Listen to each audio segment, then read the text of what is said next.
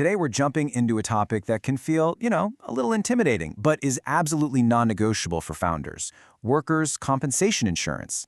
If you're about to hire your first W-2 employee, getting this right isn't just a good idea, it's a legal must-do that could literally save your company. Okay, so let's get right into it. We're not going to start with some boring textbook definition. No, instead, let's talk about why this is an existential issue for your startup. Look, no matter how careful you are, accidents happen. It's just a fact of life. And if you don't have the right safeguards in place, a single workplace accident can spiral into a lawsuit that shuts you down before you've even really gotten started. And let's be crystal clear about this. This is not optional. Every single state except for Texas mandates it. And the penalties for not complying? They are severe. We're talking about fines that can hit $100,000 in California. And in New York, company officers can be held personally liable. We're even talking about potential prison time. This is a risk you simply cannot afford to take. So, now that you understand the risk, and hopefully I've got your attention, let's talk about the solution. What exactly is this mandatory safety net, and how does it protect both you and your team? At its very core, workers' comp is a state-managed insurance program. It's built to do one thing: provide benefits and protect employees if they get hurt or sick because of their job. Simple as that. And it covers a really wide range of stuff. We're not just talking about a sudden slip and fall. It also covers illnesses that develop over time, like carpal tunnel from repetitive typing, or even a car accident that happens while your employee's on the clock, doing company business. It's really easy to think of workers' comp as just another employee benefit, but honestly, that's only half the story. The system is actually pretty cleverly designed to be a two-way shield, protecting both the people on your team and your company. Let's break down how. For your employees, the protection is really comprehensive, and it basically falls into four main categories. First, it covers all of their necessary medical costs with no deductibles. That's huge. Second, it replaces a big chunk of their salary, often up to 2/3, so they can actually focus on getting better. It can even provide vocational rehab to help them learn new skills. And in the absolute worst-case scenario, it provides death benefits to support their family.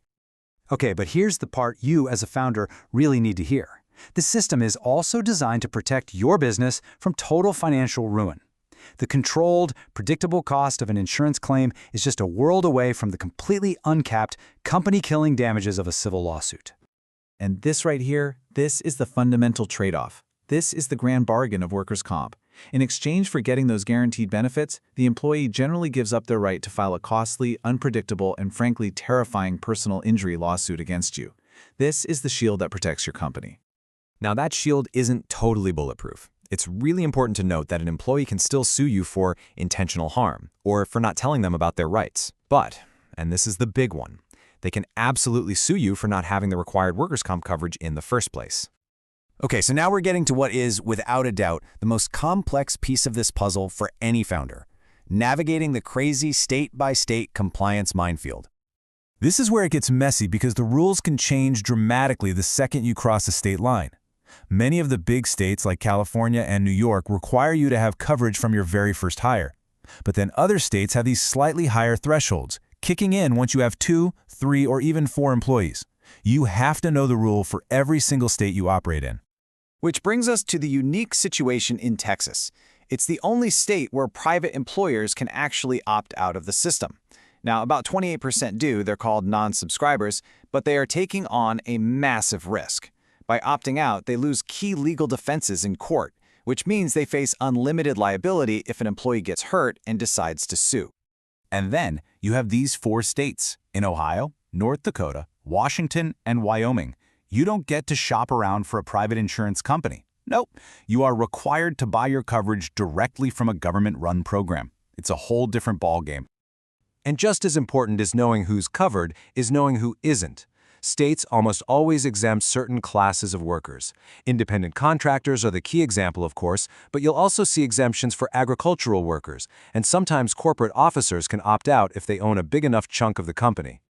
So, after all that complexity, I know exactly what you're thinking. What on earth is this actually going to cost? Let's get practical and look at some numbers. As you've probably guessed by now, the cost of coverage is all over the map. It depends on your state, your industry, and your payroll. For instance, the average monthly cost in a state like Alabama could be over $100 per employee, while in a state like Ohio, it might be closer to 30. This is a budget item you absolutely have to plan for. Looking ahead to this year, the trends are, well, they're a bit of a mixed bag. Things are moving in different directions depending on where you're located. So, the good news is a lot of states are actually seeing their rates continue to go down. But, on the other hand, rising medical costs and wages are pushing rates up in some really big markets, like California and Washington. So here's the crucial takeaway from all of this. The moment you hire your very first W-2 employee is a massive compliance milestone. It changes everything. Getting workers' comp right from day one isn't just a good idea. It's a non-negotiable step to protect your team and the entire future of your company. So the real question is, are you ready for it?